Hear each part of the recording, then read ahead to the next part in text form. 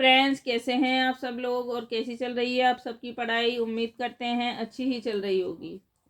चलिए अब सीधा हम टॉपिक पर आते हैं।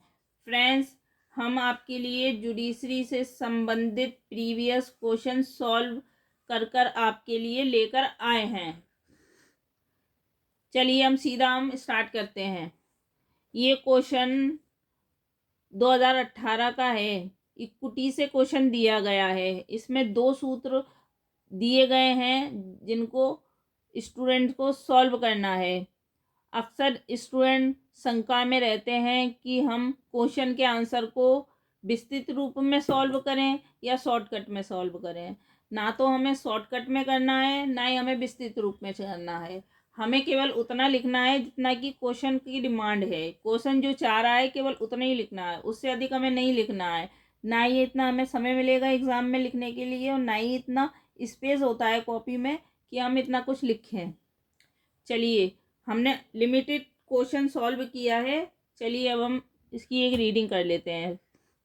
घटना स्वयं बोलती है, सामान्यतः उपेक्षा के मामले में वादी को साबित करना पड़ता है कि वादी के प्रति प्रतिवादी का सावधानी बरतने का कर्तव्य था, लेकिन प्रतिवादी ने उस कर्तव्य का पालन नहीं किया और वादी को हानि हुई। परंतु कुछ परिस्थितियां ऐसी होती हैं जिसमें स्वयं प्रमाण का सिद्धांत लागू होता है। उन परिस्थितियों में वादी को केवल इतना ही साबित करना पड़ता है कि दुर्घटना उस समय हुई जब चीजें प्रतिवादी के नियंत्रण में थीं। ऐसी परिस्थितियों में उपेक्षा की अवधारणा की जाएगी जब तक प्रतिवादी उसका खंडन ना करे।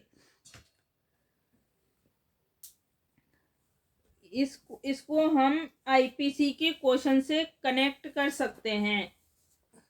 आईपीसी की धारा से कनेक्ट कर सकते हैं। आईपीसी की धारा 80 में जो दृष्टांत दिया हुआ है वो इसी से संबंधित है। चलिए हम देखते हैं। का कुल्हाड़ी से काम कर रहा है। कुल्हाड़ी का फल उसमें से निकलकर उछल जाता है और निकट खड़े व्यक्ति उससे मारा जाता है। यदि यदि का की ओर से उचित सावधानी का कोई अभाव नहीं था तो उसका कार्य माफी योग्य है और अपराध नहीं है। यदि उचित सावधानी का अभाव होता तो माफी योग्य नहीं होता और अपराध की श्रेणी के अंतर्गत आता। तो ये उससे मिलता जुलता है, लेकिन यहाँ हम इक्विटी में इसको अपराध ना कहकर इसको सिविल रॉन्ग कहेंगे। ये अपकृत्य विधि के अंतर्गत आता है। ये सिविल विधि के अंतर्गत आता है, ये अपराध विधि के अंतर्गत नहीं आता। आईपीसी की धारा जो है वो अपराध के अंतर्गत आती है, इसलिए हम इससे इसे रिलेट कर सकते हैं। चाहे तो हम इसमें लिख भी सकते हैं इस तरीके से, लेकिन ये सिविल रॉन्ग है, सिविल विधि के अंतर्गत आता है और आईपीसी आपराधिक विधि के अंतर्गत आता है।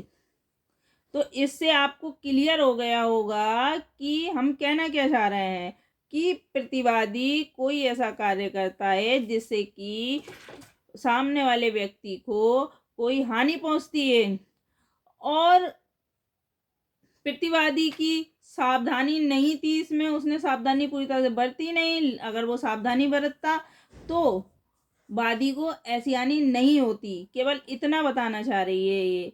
स्वयं घटना स्वयं बोलती है का इतना अर्थ है, केवल इससे ज़्यादा कुछ नहीं है।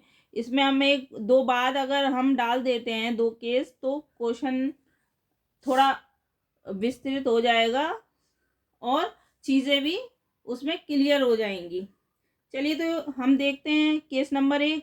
वायरन बनाम बोडले 1863 का है। तो इसमें क्या है, चलिए हम देखते हैं।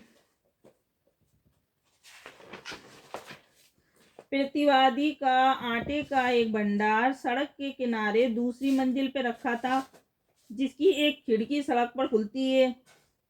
जब वादी सड़क पर ठीक भंडार की खिड़की के नीचे से गुजर रहा था तो आटे का कट्टा एक डिब्बे प्रतिवादी के ऊपर गिर जाता है और वे घायल हो जाता है। मुकदमे में ये निर्णय दिया गया कि घटना स्वयं इस बात का प्रमाण है कि प्रतिवादी उपेक्षा का दोषी है, क्योंकि खाली मकान की खिड़की में से डिब्बा अपने आप निकलकर तब तक नहीं गिर सकता जब तक कि घोर उपेक्षा से कार्य न किया गया हो। दुर्घटना स्वयं इस बात का प्रमाण है कि उपेक्षा से कार्य किया गया है। अतः ये प्रतिवादी का दायित्व है कि वे विधि की इस अपेक्षा की धारणा के विरुद्ध साक्ष्य प्रस्तुत करें। अब दूसरे केस में बताया गया जेकब मैथ्यू बनाम पंजाब राज्य AIR 2015 सुप्रीम कोर्ट ने अभी निर्धारित किया इसमें कि घटनाएं स्वयं बोलती हैं का सिद्धांत मुख्य रूप से दीवानी मामलों में ही लागू किया जाना चाहिए, क्योंकि आपराधिक मामलों में इसकी उपयोगिता बहुत सीमित है। जैसे कि हमने IPC का अभी से जो दृष्टांत था धारा 80 का हमने रिलेट किया था कि वो आपराधिक के अंतर्गत आता है, आपराधिक विधि के अंतर्गत था वो मामला, जबकि ये सिविल के अंतर्गत आता है। चलिए अब आपको ये क्लियर हो गया होगा। अब हम बताते हैं दूसरा वाला सूत्र, जहां अधिकार है वहां उपचार भी है। जहां अधिकार है वहां उपचार भी है इस प्रकार, जहां किसी व्यक्ति के अधिकार का उल्लंघन हुआ है वहां कानून में उसे विधिक उपचार की व्याख्या आवश्यक रूप